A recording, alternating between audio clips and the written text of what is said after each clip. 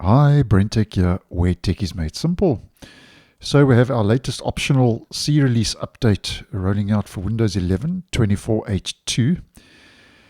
And the bug fix update for this month is KB5058499. Now this is a big update, there's quite a lot going on.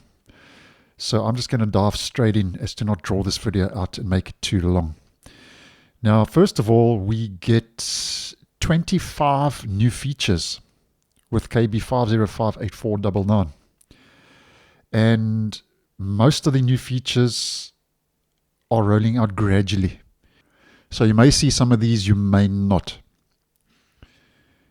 Now, first of all, there's quite a bit going on once again with Copilot PCs, which seems to be Microsoft's focus at this stage. And Microsoft's Click to Do, which is a Copilot PC feature, has received 6 new features just for Click to Do. So just to go through these quickly, apparently there's a new Ask Copilot, which is a new action within Click to Do. So when you highlight text or an image, Click to Do offers the Ask Copilot option, and selecting it opens Microsoft Copilot with your content in the prompt box, and you can send the selected text or image directly to the Copilot app to complete your prompt. The next new feature for Click to Do, it has received more intelligent text actions on AMD and Intel powered Copilot PCs. So you can use Win key and mouse click or Win and Q to select a text block, as we can see. Then drag to choose the text you want. Options will appear to summarize, create a bulleted list, or to help you rewrite your text to sound more casual, more formal, and so on. And then Click to Do Preview is now available in the European Economic Area, EEA. And just to mention a couple of these last 3 features for Click to Do, if your PC has a pen and inking capability, you can configure the shortcut button to open Click to Do with a single click, double click, or press and hold through Settings, Bluetooth and Devices, Pen and Windows Ink. The next is you can add Click to Do as one of the 4 apps in the pen menu on your PC. And the last one is that Click to Do can now perform intelligent text actions in Spanish and French. And then for Copilot, which Microsoft hasn't forgotten with this update, you can now open Copilot on Windows with Win and C. I'm not seeing this new shortcut yet. And you can also personalize your Copilot key and Win and C at any time with the existing customized Copilot key on keyboard under, if we head to our settings, that will be under settings, personalization, text input. If the feature has rolled out to you, you'll see that option here. And then there's a new feature called Press to Talk with Copilot on Windows, where you can hold the Copilot key or Win and C if your keyboard doesn't have one for 2 seconds. And you can press escape or stay silent for a few seconds to end the call. You can also use Alt and Spacebar to talk with Copilot on Windows. I'm not seeing any of those new Copilot features yet. And there's a new feature called Cross-Device Resume, which could be handy for some folks, where you can resume working on OneDrive files from your phone, iOS and Android, on your Windows 11 PC with a single click. And Microsoft says that with this feature, you'll get a notification asking if you want to pick up where you left off editing a OneDrive file, like a Word document that you viewed or edited on your phone within the last 5 minutes before unlocking your PC. And that may actually be a nice feature if you are using OneDrive. And then just to mention the next new feature, IT admins can manage energy saver settings on Windows 11 through group policies and MDM configurations using Microsoft Intune. And there's also new HDR features. So if we just head back to our settings for this one, and for this time we head to System and Display, HDR. Obviously you need the hardware that is supported to be able to use this option. But updates include a clearer label for Use HDR that better explains, Microsoft says, which media types are supported. I'm not supported, but you get the idea. The ability to stream HDR video even when HDR is turned off. On PCs with Dolby Vision, a new switch lets you turn Dolby Vision on or off independently of HDR, and that will also be on this page. Then just to mention the next one, there's a new Narrator feature where Narrator now has AI-powered image descriptions on Copilot Plus PCs, so it's only for those Copilot Plus PCs. This feature provides, Microsoft says, detailed descriptions of images, charts, and graphs for blind and low vision users, which I think is a nice move in the right direction as an accessibility feature. And then you've got improved Windows search once again for Copilot Plus PCs, where you can discover, Microsoft says, the new features that make finding settings easier, where you can type the setting you're looking for in the Windows search box on your taskbar without needing to remember the exact setting name, so basically using your own words. And if you're in the EEA, you can also now find cloud photos using improved Windows search on the taskbar. And this feature is gradually being rolled out to Copilot Plus PCs, so just take note of that. There's also improved support for web search providers in Windows search for the EEA, including with increased discoverability. And then settings gets 3 new features. And the first one is FAQs, which are now on the settings page. I haven't received this yet. And Microsoft says you can find answers to commonly asked questions about your PC and Windows 11 in the new FAQ section, which will be on the settings system about page, which covers topics like system setup, performance, and compatibility all in one place.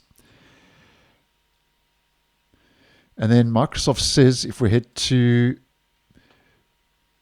settings, Bluetooth and devices, printers and scanners, apparently Microsoft says this now matches the look and feel of Windows 11.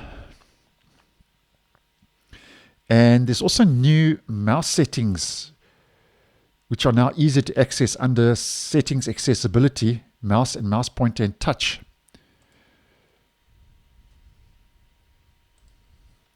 With Microsoft saying now not needing to open control panel. So if you do have these features, which I don't, apparently you're going to see updated icons for mouse pointer speed and enhanced mouse pointer precision, plus options for customizing the mouse indicator, pointer trails, and hover activation time. And I actually think that's a nice move in the right direction. Then I'm just going to mention the next new feature for the taskbar. Admins can configure taskbar policies so users can unpin specific apps, ensuring they are not repinned during the next policy refresh. And there's a fix for using tab and shift and tab to move keyboard focus around the taskbar. And there's also a fix on login where the keyboard focus might unexpectedly be set to widgets in the taskbar, which can cause widgets to open. And then for voice access, just going to mention 1 or 2 of these new features. Voice access now includes an in-product experience that highlights new features and improvements.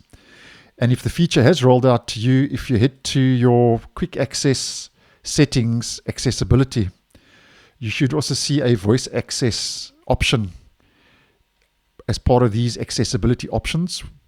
I haven't seen that yet in my region, but I think that's a nice move in the right direction. And there's a fix for voice access stopping to respond with error, working on it when dictating. And there's a new profanity filter, which I have posted on previously, and I'll leave the video linked if you would be interested, for voice typing, where when you turn it on, it masks profanity or swearing with asterisks, and when you turn it off, words appear as spoken. Check the video out for more information. And then there's 3 new features for Windows Share, which Microsoft seems to be focusing on quite a bit. You can make last-minute edits in the Share window to crop, rotate, and add filters and so on. And the next one is when you drag a local file from File Explorer on your desktop, a tray appears at the top of your screen, and then you can drop the file into a suggested app or select More to open the Windows Share window. And you can also add apps that support sharing directly to the right-click menu for local files in File Explorer on the desktop. So 3 new features rolling out for Windows Share. And then just to go through a couple of fixes quickly that are rolling out gradually. They fixed the startup sound that might not play on boot, although it is enabled. There's a Bluetooth fix where settings might stop responding when loading information about Bluetooth devices. There's a fix where settings might stop working when interacting with content under settings, Bluetooth and devices cameras. There's a fix for display where unexpected changes to screen size and window position might occur after waking from sleep for some devices. There's a File Explorer fix. So if you have disconnected network drives while conducting a search from home, it might prevent searches from executing and you remain on home. And then we get 3 fixes for input. And there's a print fix. Non-admin users can't uninstall printers that they've added. That's been addressed. There's a USB fix. Certain USB devices might become disconnected after sleep until you reboot your PC. And there's a fix for Windows Hello. When using Windows Hello for business, facial recognition, the camera might unexpectedly stop working after your PC wakes from sleep, blocking logging using this method. Now, those new features and fixes are all rolling out gradually, so you may or may not see them. And then obviously this is a non-security update that includes quality improvements. I'm going to mention 4 fixes which I think are important that are rolling out normally. There's a BitLocker fix where the update addresses an issue where devices with BitLocker on removable drives could encounter a blue screen error after resuming from sleep or hybrid booting. That's important. And there's a fix where the update addresses the issue where early boot screens such as BitLocker PIN, BitLocker recovery key, and boot menu screens render slowly.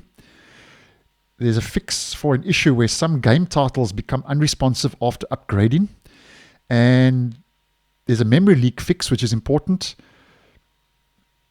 that fixes an issue in the input service that causes increased memory usage, potentially impacting performance in multi-user, multilingual, and remote desktop usage. And there's a couple of other fixes, guys, but those are the most important. And then if you are on a Copilot Plus PC, which I'm not, the release updates the following AI components: image search, content extraction, and semantic analysis. That's all for Copilot Plus PCs. And then if you do decide to install the update, because it is optional, just to find out the build update by heading to WinVer.